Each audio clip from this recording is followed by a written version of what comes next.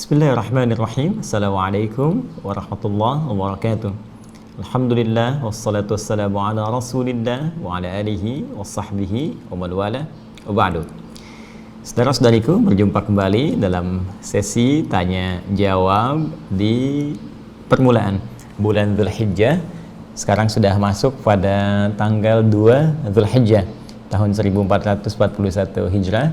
Kita bermohon pada Allah Subhanahu wa taala semoga seluruh amal yang telah kita tenun sampai dengan hari ini dicintai oleh Allah Subhanahu wa taala, mendapatkan penerimaan terbaik dan tentunya juga mendapatkan penilaian ibadah sehingga memberatkan mizan kita saat kembali kepada Allah Subhanahu wa taala. Baik, sebelum kita lanjutkan diskusi, sedikit untuk evaluasi mengingat apa yang telah kita kerjakan di hari pertama dan tentunya kita berusaha menyempurnakan di hari yang kedua ini. Untuk itu, cek kembali catatan yang mungkin Anda boleh tuliskan di handphonenya atau di meja tempat kerja, ya. Kurikulumnya masih ingat? Kurikulum sholatnya dicek lagi. Kalau bisa bikin checklist. Ini yang tadi malam dilakukan tahajud, alhamdulillah. Yang belum apa? Duhanya sudah, ya, baca Al-Qur'annya dan turunan-turunan amal yang biasa kita telah kerjakan yang tentunya bisa diakumulasikan dalam puasa misalnya, ya. Saya sering katakan puasa itu bisa menarik amalan-amalan sunnah lain untuk dikerjakan dan sekaligus cara paling efektif untuk mencegah perbuatan maksiat. Ya, ini kalau para pelaku maksiat atau mungkin dalam satu sistem misalnya, ya, di lembaga pemasyarakatan tertentu yang muslimnya dilatih untuk berpuasa, nah ini kecenderungan untuk meninggalkan perbuatan maksiatnya itu lebih kuat insya Allah. Baik, mari kita kembali lanjutkan diskusi kita. Sampai hari ini kita cek dulu di pertanyaan yang teman-teman ajukan, ya. Bismillahirrahmanirrahim. Baik, kita baca dulu. Mohon izin saya tidak bacakan nama yang menyampaikan, langsung ke pertanyaannya saja. Assalamualaikum warahmatullahi wabarakatuh. Waalaikumsalam warahmatullahi wabarakatuh. Ustaz, menyambung pertanyaan pertama tadi masalah potong kuku dan cukur seluruh rambut, itu berlaku untuk si ayah saja atau kami sekeluarga? Jazakallahu khairan Ustaz. Allah jazakum khairan, semoga Allah muliakan Anda. Terkait dengan larangan potong kuku dan juga mencukur rambut yang melekat di seluruh tubuh yang telah kita ulas di pertemuan lalu, itu mengikat pada sahibul kurban, ya, yang berkurban. Siapa yang berkorban itu yang diniatkan untuk kurbannya, ya, karena dalam hadis jelas terkait dengan masalah amal ini diikat dengan niat. Al-Bukhari nomor hadis yang pertama dari Abu Hafiz Umar bin Khattab radhiyallahu taala anhu, ya, anin Nabi sallallahu alaihi wasallam, dari Nabi sallallahu alaihi wasallam qala, beliau bersabda, innamal a'malu binniyat, ya, sungguh setiap perbuatan kita itu diikat ketergantungannya berdasarkan niatnya. Maka saat Anda misalnya mengorbankan satu hewan tertentu, entah itu kambing misalnya, atau ikut ke sapi atau kerbau atau sejenisnya dari hewan ternak, maka niatnya diniatkan untuk siapa? Ya, misal Anda niatkan untuk pribadi misalnya kan, untuk si fulan misalnya kan, untuk Bapak Muhammad misalnya kan, maka yang tidak memotong kuku dan juga tidak mencukur rambut Pak Muhammad tadi sampai hewan kurbannya disembelih. Ingat ya, bukan sampai Idul Adha. Jadi kalau Idul Adhanya misalnya tahun ini jatuh pada hari Jumat, ya, di wilayah Indonesia, dan karena waktu yang sangat mepet hewan disembelih di hari Sabtu, maka kuku kalau ingin dipotong atau juga rambut nunggu sampai hewannya disembelih di hari Sabtunya. Ya, jadi bukan hari Jumatnya. Jadi kalau hari Jumat belum disembelih maka belum dipotong, Sabtunya dipotong. Jelas ya? Nah, tapi kalau Anda niatkan satu hewan untuk satu keluarga, dan ini boleh, ya, ini boleh. Ingat, bahkan hadisnya ada, Nabi SAW itu pernah menyembelih hewan kurban, kemudian beliau berkata, ya, beliau berkata, Allahumma hadza min Muhammad wa ali Muhammad wa ummat Muhammad sallallahu alaihi wasallam. Ya Allah, mohon terima kurban ini, ya, untuk pribadinya Muhammad sallallahu alaihi wasallam, untuk keluarga besarnya Muhammad sallallahu alaihi wasallam, dan untuk umatnya Muhammad sallallahu alaihi wasallam yang selama hidupnya boleh jadi belum bisa kurban. Masya Allah, ya, saking cintanya, pekanya perasaan Nabi dan sayang terhadap umatnya, itu Nabi sampai pikirin, ya, saking pentingnya kurban itu, Nabi sampai pikirkan kalau ada umatku selama hidupnya belum mampu berikhtiar untuk korban, ya Allah mohon terima. Jadi sebagian korban Nabi itu diniatkan untuk umat Nabi Muhammad SAW yang selama hidupnya belum mampu untuk berkorban. Tapi jangan jadikan ini sebagai sandaran bahwa saya nggak perlu korban, tidak, karena nanti ada ancaman. Ya, siapa yang punya kemampuan untuk berkorban sengaja tidak berkorban, maka tegas, fala yaqrabanna musallana, jangan sekali-kali mendekati tempat sholat kami.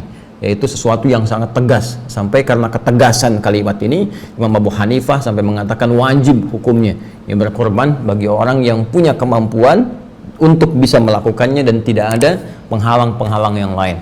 Walaupun jumhur ulama mengatakan ini menekankan kepada sunnah, ya, hukum korbannya tetap sunnah, tapi celaannya tinggi dari Nabi SAW. Kembali kepada hadis yang awal tadi, dengan kalimat disebutkan, saya niatkan untuk satu keluarga. Ya, saya mau meniatkan keluarga untuk keluarga besar Bapak Hasan misalnya. Ya, maka siapa yang tidak potong kuku yang masuk ke dalam keluarga besar Bapak Hasan itu? Ya, ibu Hasannya, ya, istrinya Pak Hasan misalnya, kemudian juga anaknya. Kalau anak ada 3, maka 3-tiganya nggak potong kuku, nggak mencukur rambut sampai dengan selesai hewan kurban disembelih. Jadi secara singkat bergantung kepada niatnya, diniatkan untuk siapa, maka dengan niat itu mencakup keseluruhan yang diniatkan, tidak memotong kuku dan tidak mencukur rambut yang melekati tubuh sampai hewan kurban disembelih, dengan hikmah yang kemarin telah saya utarakan. Semoga Allah berkenan mengampuni seluruh dosa-dosanya dari ujung rambut di kepala sampai dengan ujung kuku di jemari kaki. Wallahu ta'ala a'lam bissawab. Baik, kita lihat kembali. Bismillah. Assalamualaikum Ustaz. Waalaikumsalam warahmatullahi wabarakatuh. Izin bertanya. Baik, saya izinkan. Kalau misalkan uang dari acara resepsi pernikahan, uangnya digunakan untuk umrah atau haji, hukumnya gimana ya Ustaz? Sekian, terima kasih. Sehat terus untuk Ustaz dan keluarga. Amin ya Rabb. Semoga Allah sehatkan Anda, semoga Allah muliakan keluarga Anda jauh dari apa yang Allah muliakan kepada kami, dan semoga dengan itu kami diikutkan pada kemuliaan dimaksud. Ya, walaupun tidak secara langsung terkait dengan situasi amalan-amalan menjelang ataupun saat Idul Adha, tapi tidak ada persoalan karena biasanya musim haji juga ada musim-musim pernikahan, ya.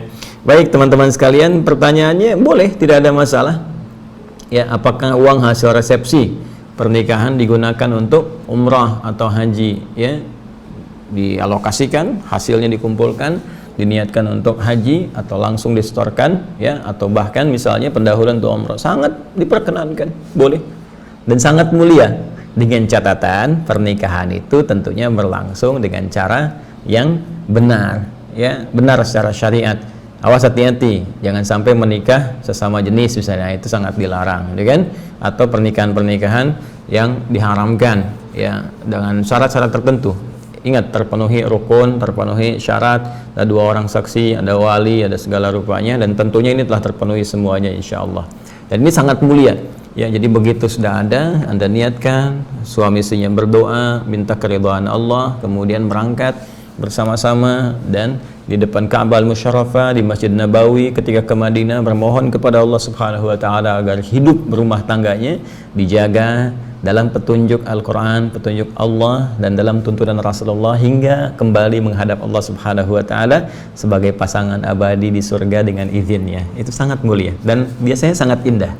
Sangat indah, ya. Beberapa pengalaman itu dengan kawan-kawan yang baru menikah kemudian juga berangkat, itu lebih banyak bisa menguatkan jiwa dan memantapkan niat untuk hidup berumah tangga dengan lebih baik. Dan itu momen-momen yang bisa mengingatkan saat ada hal-hal mungkin yang diperselisihkan, terus ingat lagi, bisa kembali memperbaiki diri lagi. Wallahu ta'ala a'lam bissawab. Baik, kita lanjutkan ya. Assalamualaikum Ustaz. Waalaikumsalam warahmatullahi wabarakatuh. Untuk distribusi daging kurban itu harus diberikan ke sesama muslim juga atau boleh ke tetangga non muslim? Mohon jawabannya. Kurban sangat luas teman-teman. Ya, kurban berbeda dengan alokasi zakat, misalnya yang spesifik dari zakat mal, sekian. Zakat fitri spesifik fakir dan miskin. Kurban sangat luas. Bahkan sahibul kurban itu dianjurkan menikmati bagian dari kurban itu untuk menunjukkan bukti syukurnya kepada Allah. Itu ada bagiannya untuk sahibul korban. Bahkan ada yang terdekat dengan sahibul korban dibagi tetangga-tetangga, kan? Kemudian juga ada prioritas dari kalangan fakir atau miskin yang dengan itu bisa mensupport kehidupan mereka. Ya dekat, kalau dekat terpenuhi, semakin jauh lagi. Jangan tertukar. Sangat mulia kalau kita ingin berkorban di tempat yang jauh misalnya. Tapi perhatikan lingkungan kita tinggal dulu. Ya, kalau lingkungan tinggal kita sudah terpenuhi, misal di satu komplek, wah ini sudah over capacity nih hewan kurbannya, udah mencakup luar biasa, ya. Di komplek dibutuhkan cukup 3 sapi, ya, tercukupi misalnya kan, apalagi yang membutuhkan sudah selesai, tiba-tiba yang kurban 30 sapi misalnya, atau Anda melihat, wah ini sudah kalkulasinya banyak, maka boleh yang kurban Anda misalnya di daerah tertentu yang lebih membutuhkan, ada yang bisa mendapati itu hanya setahun sekali bisa makan daging, menunggu hewan kurban, maka ini bisa diutamakan. Ketika Anda bagi itu, apakah hanya untuk muslim saja? Tidak, ya. Boleh Anda berikan untuk non muslim. Sampaikan bahkan sebagai syiar rasa cinta, rasa berbagi, nilai toleransi, dan bahkan Anda niatkan dalam bagian-bagian hewan itu yang halal bisa menjadi petunjuk Allah Subhanahu wa taala yang kemudian menghunjam dalam sanubarinya. Anda sampaikan, datang dengan penuh senyuman, kalau bisa Anda sertakan dengan sembako yang lain misalnya, ya. Ketika ditanya, apa ini Pak? Oh, inilah yang diperintahkan oleh Al-Quran, oleh Nabi Muhammad SAW dalam hadisnya, supaya kita untuk saling berbagi dalam kehidupan yang bisa meringankan, ya, dan menyinergikan, dan serta hadir sifat saling membantu dalam kehidupan dunia khususnya dengan niat-niat yang baik. Jelas ya? Allah Ta'ala alam bisawab. Ya, kalau di Indonesia mungkin kelihatannya ya apa ya, banyaknya muslim, kan? Walaupun tidak menutup kemungkinan ada saudara-saudari kita sebangsa setanah air non muslim juga, tapi kan bagi yang tinggal di wilayah-wilayah luar Indonesia yang muslimnya sedikit, kan, minoritas, ya, misalnya kayak di Amerika, di Eropa secara umum, kan, dan juga negara-negara lain. Nah, boleh jadi ini bisa lebih bermanfaat, ya. Bismillah. Assalamualaikum Ustaz. Waalaikumsalam warahmatullahi wabarakatuh. Saya ingin bertanya, bagaimana saya mengerjakan puasa Dzulhijjahnya seperti puasa Daud? Apakah boleh Ustaz? Mohon penjelasannya Ustaz. Semoga Allah ampuni dosa-dosa Ustaz beserta keluarga. Amin. Jazakumullah khair. Ya, semoga Allah ampuni dosa kita semua dan menggolongkan kita pada orang-orang yang baik di dalam pandangan Allah Subhanahu wa taala. Sangat boleh saudaraku. Boleh. Karena saya sering katakan anjuran di awal Dzulhijjah 1 sampai 9 ini adalah memperbanyak puasa. Memperbanyak, dan Masya Allah puasa Daud itu sangat luar biasa. Tingkat tertinggi dalam puasa sunnah yang bisa dikerjakan. Artinya sehari puasa, sehari tidak, sehari puasa, sehari tidak. Nah, hanya begini, khusus untuk spesifik awal Dzulhijjah ini juga ajakannya bisa lebih tinggi daripada itu dengan momentum yang tertentu, ya. Kalau puasa Daud kan tidak mengikat waktu, artinya di bulan apa saja bisa, kecuali Ramadan dia berhenti, kan. Nah, 9 Dzulhijjah ini bahkan bisa menjadi tinggi dan istimewa karena satu, terjadi di Dzulhijjah saja.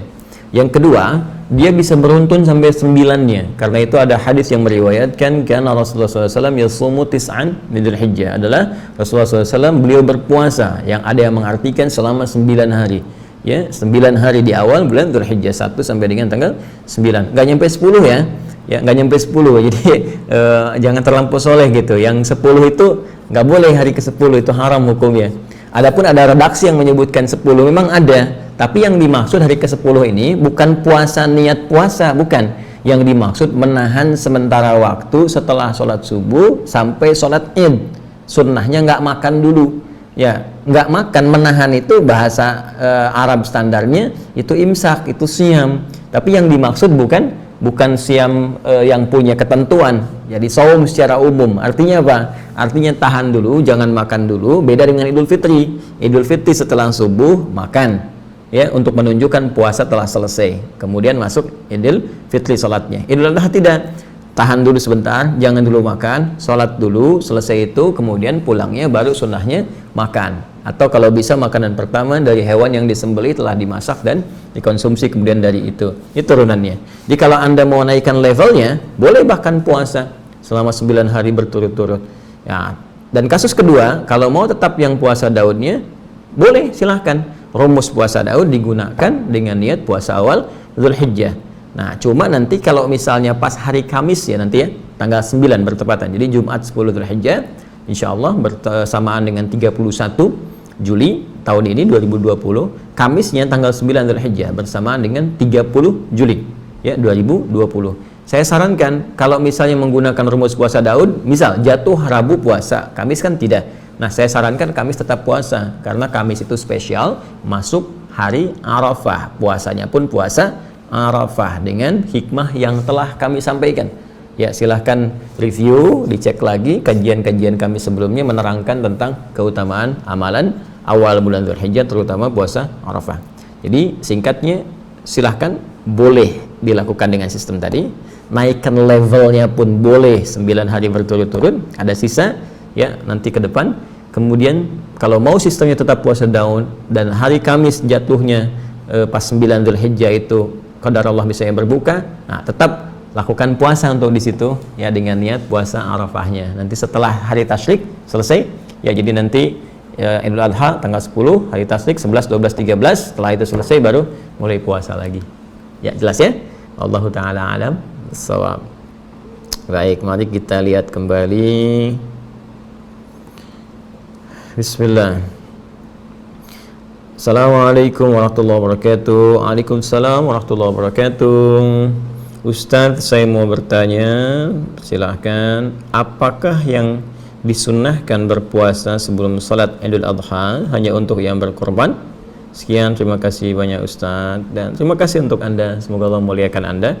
Baik, saudariku, ini yang bertanya perempuan, puasa itu tidak mengikat kepada yang berkorban saja, tapi amalan yang bersifat umum.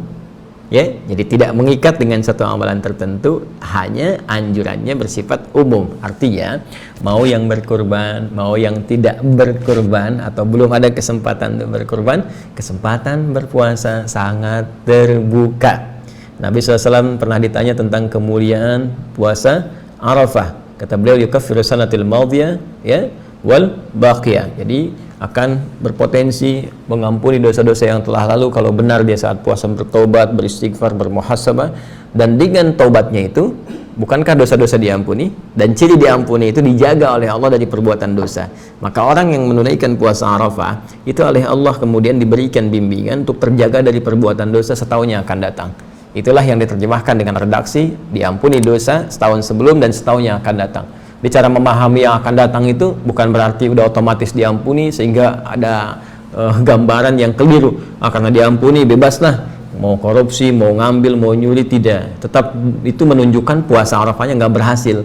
Ya, kalau orang tetap berbuat maksiat setelah itu dan sengaja dilakukan, ya, itu menunjukkan ada yang tidak berhasil dalam puasanya. Jadi saya katakan tetap menunaikan puasa dianjurkan, dan semoga Allah limpahkan pahala dan berikan kemampuan pada kita untuk berkorban. Wallahu ta'ala alam bissawab. Baik, selanjutnya, Assalamualaikum Ustaz, Assalamualaikum warahmatullahi wabarakatuh. Jazakallah atas ilmunya, semoga Allah muliakan Anda dan kita bersyukur kepada Allah. Begini, saya mohon izin sebelum saya bacakan pertanyaannya. Apa yang saya uraikan itu punya dua kemungkinan, ya. Bisa ada nilai kebenaran di situ, bisa mungkin keliru.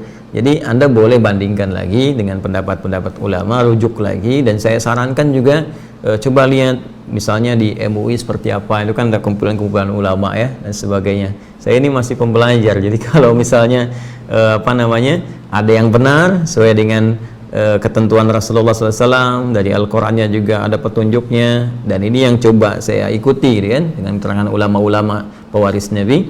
Nah, dari situ silahkan amalkan. Tapi kalau Anda ragu, cek lagi pendapat ulama-ulama yang lain ya. Dan jika banyak jumhur mengatakan demikian, bukan perkara khilaf ya, tapi perkara-perkara yang dibenarkan. Kalau khilaf itu bisa pilihan, dan biasanya kalau manhaj saya tidak memaksakan. Ya, jadi kalau ada beberapa pilihan, ini loh, bismillah ada 4 cara, ada jahar, ada sir, ada nggak baca sama sekali, baca rakaat pertama, selanjutnya nggak baca, hadisnya banyak, maka saya akan buka semuanya dan saya terangkan, ini loh, seperti ini, hikmahnya begini, Anda silahkan pilih. Ya, karena dalam agama ada kaidah ketat, la ikraha fid din, nggak boleh paksa. Ya, ini bisa dua hal, bisa untuk non muslim, kalau ingin masuk Islam jangan dipaksa, atau untuk orang Islam sendiri. ya, yang ada peluang bagi mereka untuk memudahkan. Dia mudahnya di sini, kenapa Anda paksa dia kepada yang lain? Termasuk ketika bermadzhab, Anda masuk ke wilayah orang yang sudah kunut atau baca bismillah dengan jahar, lalu Anda mengamalkan yang tidak kunut dan tidak jahar. Jangan paksa orang untuk pindah, nggak boleh, karena dia sudah dalam kebiasaannya, sudah bermadzhab di situ. Justru Anda yang belajar mazhab dia, kemudian pimpin dalam sholat seperti dia menunaikannya, supaya tidak merubah kebiasaan dan menjadikan kesulitan, sepanjang itu ada dalil kebenarannya. Jelas ya? Nah, ini di fikih. Fikih itu unik gitu ya, unik. Mohon izin kita lanjutkan ya. Jadi mohon maaf teman-teman, kadang-kadang yang seperti itu muncul, terus ada pengayaan yang mungkin bermanfaat. Pertanyaannya, mohon maaf Ustaz, saya ingin bertanya, jika masih punya hutang puasa dan tidak cukup untuk melaksanakan puasa Arafah, apakah harus mengqadha terlebih dahulu atau puasa Arafah? Saya secara pribadi lebih cenderung untuk mengqadha dulu, niat qadha puasa yang Ramadan yang belum ditunaikan. Karena qadha itu sifatnya wajib ditunaikan, ya. Karena mengganti yang wajib, dia jadi hukum wajib. Hanya kewajibannya luas terbentang dari mulai pasca Ramadan, ya, jadi setelah satu Syawal haram hukumnya puasa karena Idul Fitri, setelah itu terbentang sampai masuk lagi akhir Sya'ban menjelang ke Ramadan, yang kalau ada di tengah-tengahnya hari tertentu nggak boleh puasa, di situ saja nggak boleh puasa, seperti Idul Adha tanggal 10 Dzulhijjah, kan? Nah, kemudian yang lain-lainnya terbentang sampai dengan masuk akhir bulan Sya'ban. Ada memang yang berpendapat begini, karena luas terbentang, ya nggak apa-apa kalau mau menunaikan puasa sunnah tertentu yang jatuh waktunya hari tertentu saja. Seperti puasa Arafah misalnya tanggal 9, ya niatnya puasa Arafah dulu saja. Kan nanti hari selanjutnya masih ada hari panjang ya, untuk menggantinya. Ada yang berpendapat demikian dari kalangan ulama. Tapi saya secara pribadi itu lebih cenderung untuk mengutamakan yang wajib dulu. Karena begini, kita melihat ada bentangan kesempatan puasa betul. Tapi kan kematian itu nggak bisa ditentukan. Ya, kita nggak bisa menentukan kapan wafat. Kematian itu terjadi, sifatnya gaib, terserah Allah. Ya, mau kemana dan kapan waktunya itu terjadi. Yaitu ada di Quran surah ke-31 Luqman ayat yang ke-34. Ya, innallaha 'indahu 'ilmus sa'ah wa yunazzilul ghaits wa ya'lamu ma fil arham wa ma tadri nafsun madza taksimu ghadan wa ma tadri nafsun bi ayyi ardin tamut. Ya, bagian yang terakhir dari segala hal yang Allah ketahui, 5 ya. 5 itu sifatnya prerogatif. Di semua Allah mengetahui tentang kehidupan kita sebelum, sedang, dan akan terjadi. Semua Allah Maha tahu. Ya, dari sekian banyak itu, ya ada yang jadi hak prerogatif Allah. 5 hal. Satu, pengetahuan tentang terjadinya kiamat, itu hanya milik Allah, nggak dibagi kepada siapapun. Ya, detiknya, menitnya, jamnya spesifik. Kemudian segala hal yang ditetapkan di dalam rahim ibunda, ya, segala hal tentang qadanya, kadarnya, dan sebagainya, ya. Kemudian juga tentang menurunkan, mengatur cuaca, karena itu tidak ada kepastian cuaca, yang ada perakiraan cuaca. Apa yang akan terjadi kemudian, ya kita nggak tahu, bahkan semenit apa yang akan terjadi ini setelah ini, ya. Yang terakhir, kapan dan di mana kita wafat. Nah, karena kita tidak bisa menduga kapan di mana kita wafat, maka kita harus mengerjakan amalan prioritas dalam hidup. Karena itu kalau ada yang nggak penting, nggak usah dikerjain, ya. Apa-apa yang nggak penting dalam hidup kita sisihkan, ambil yang pentingnya. Nah, itu nanti ada amalan prioritas. Dan kalau ada sama-sama penting, cari yang paling prioritas. Di hukum kan saya pernah ajarkan, ada 5 turunan kan.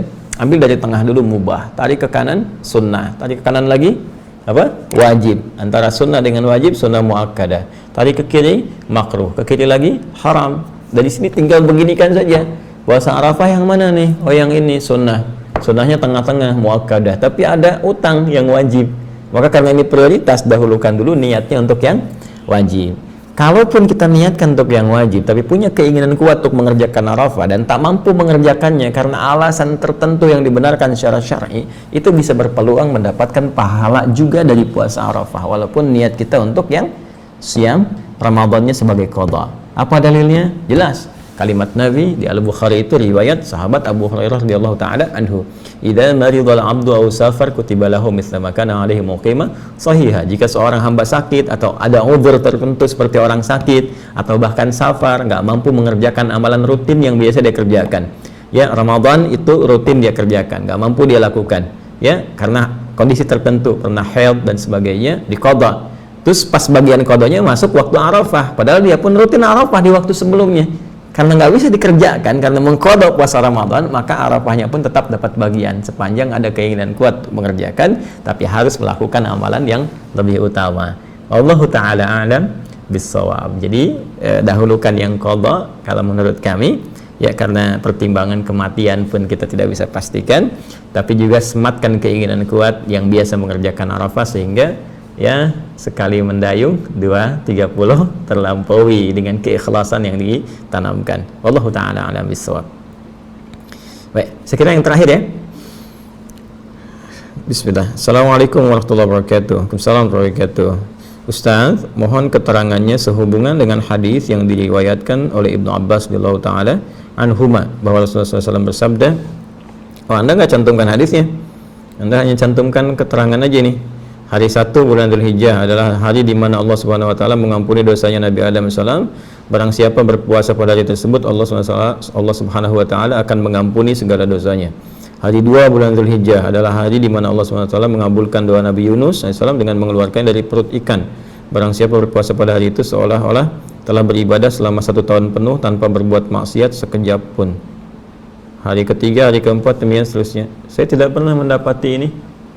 Ya, yang hadis dari riwayat Ibnu Abbas tuh radhiyallahu taala anhuma, ya, dari Nabi sallallahu alaihi wasallam tercantum di Al-Bukhari yang kemarin saya bacakan, nomor hadis 583. Kalimatnya sederhana, ma min ayyamin al-amalus salihu fiha ahabbu ila Allah min hadhil ayyam al-ashr.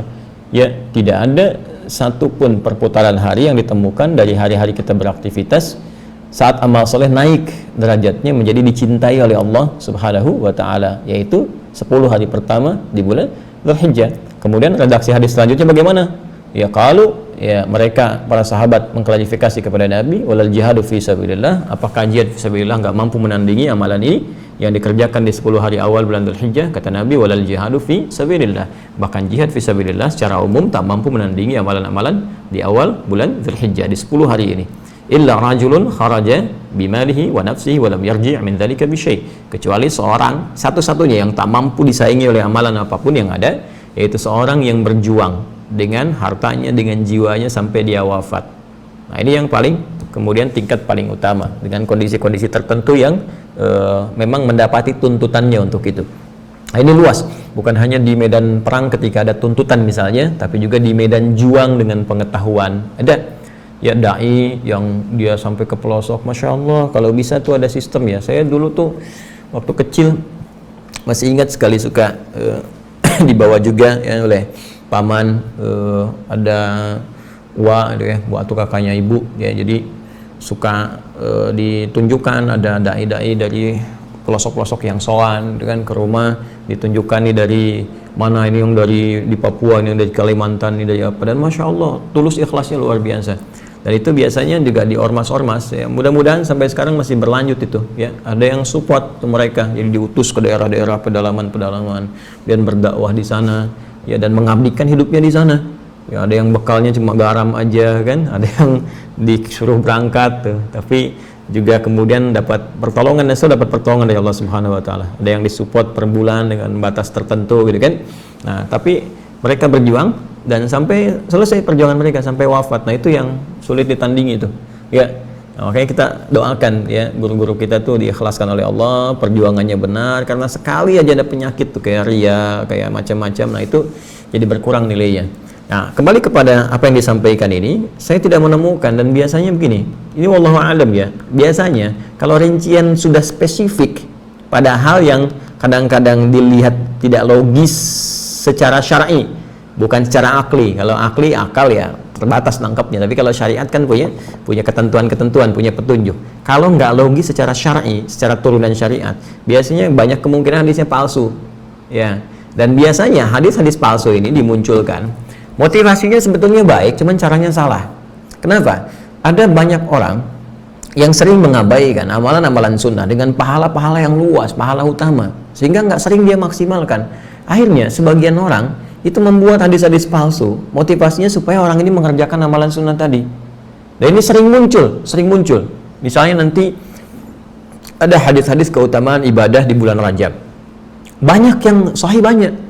Dan ini juga saya pernah temukan, video saya dipotong tuh ya, Dan semoga Allah berikan petunjuk kepada orang-orang yang seperti itu. Ya, ada orang-orang yang kadang-kadang motong video, kadang dibenturkan dengan ustaz-ustaz lain, ya itu udah itu kita berdoa saja semoga diberikan taufik, petunjuk. Tapi teman-teman gak usah buang-buang waktu lihat yang seperti itu, ya tinggalkan aja. Nah, di bulan Rajab itu ada amalan Rajab, Sya'ban, hadisnya banyak yang sahih dan amalannya tinggi. Nah, cuma orang nggak banyak sadar, akhirnya banyak juga yang nyusun hadis-hadis palsu, dibikin hadis palsu, dirinci itu. Kalau puasa sehari bulan Rajab pahala sekian, malam sholat pertama dibukakan ini sampai dengan hari kesekian. Nah, itu banyak hadis yang palsu, padahal yang sahih pun ada.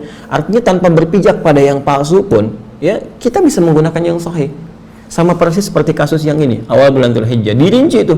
Bahkan tadi hari kedua ini untuk Nabi Yunus itu kan yang puasa sehari itu aja dibebaskan semua maksiat setahun yang lalu, semua dosa, semua maksiatnya diampuni keseluruhannya dengan puasa itu aja. Ya bisa kebayang nggak? Ya udah, tunggu aja puasa ini sehari, kerjakan sehari selesai, nggak usah puasa lagi. Maksiat yang lalu udah selesai tuntas.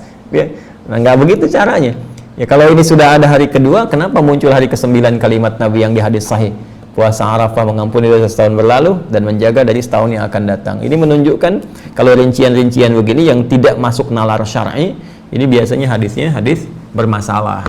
Patut diduga hadisnya palsu. Ya, sebab yang dia tunjukkan tadi Bukhari Muslim. Saya sangat yakin nggak ada di Bukhari Muslim. Ada kitab bagus sekali kecil, Risalah Kutayyib ya. Ini kitab kecil ini karya Ibnu Qayyim Al-Jauziyah. Jadi judul kitabnya Al-Manarul Munif fi Sahih wa Dhaif. Al-Manarul Munif fi Sahih wa Dhaif. Mercusuar, petunjuk cahaya terang untuk membedakan hadis sahih dengan hadis dhaif. Jadi kita baru dengar aja, ini kita bisa menduga ini sahih, ini dhaif. Ini palsu nih. Ya, nanti ada ciri-cirinya, kualifikasinya. Nih kita belajar di ilmu hadis dulu. Jadi kalau mendengar yang kayak gini nih, kayak sesuatu yang dirinci pahalanya, tapi kayak nggak masuk akal secara syariat. Ya, cukup kerjakan ini, maka dibukakan pintu surga seluas-luasnya. Semua dosa diampuni. Dan itu bisa mengalahkan amalan wajib yang utama seperti Ramadan, kan? Kayak gini, puasa hari kedua. Sekarang nih, hari kedua itu bisa menggugurkan semua maksiat, semua dosa yang pernah dikerjakan hari-hari sebelumnya sampai dia puasa di hari itu. Ini luar biasa. Kalau demikian, apa faedah yang puasa Arafah? Nah, jadi menurut saya tetap kita berpuasa, tetap kita beramal, tapi jangan bersandar kepada apa yang tadi disampaikan. Yang seperti itu penting untuk diketahui, sehingga nanti ada beberapa ulama menulis spesifik tentang kitab hadis-hadis palsu untuk memberikan informasi kepada kita. Wallahu ta'ala a'lam bis-shawab. Boleh jadi karena keterbatasan saya untuk mengetahui hal-hal tadi, bisa Anda juga compare dengan ustaz-ustaz lain, ulama-ulama lain, sehingga bisa menempatkan sesuai dengan tempatnya. Ya, jadi kalau saya sederhana, ambil yang referensi paling kuatnya, isi di situ dengan amalan-amalan. Ya, hari kedua ini jangan tunggu hari 9 karena belum tentu kita wafat. Bertobat di hari kedua, minta ampunan Allah, perbanyak amalan dan sebagainya. Tentu keutamaan-keutamaan diberikan, dan dengan itu tidak menggantungkan kepada keterangan yang bermasalah. Saya kira demikian teman-teman. Allah Ta'ala a'lam bis-shawab. Semoga Allah muliakan kita semua.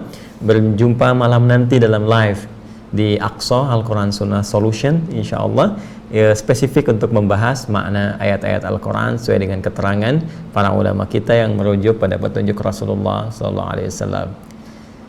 Selamat beramal saleh, saling mendoakan dan menguatkan. Semoga Allah ridhai kita semua. Subhanakallahumma bihamdika asyhadu an la ilaha illa anta astaghfiruka wa atubu ilaik wa akhiru da'wana alhamdulillahi rabbil alamin. Assalamualaikum warahmatullahi wabarakatuh.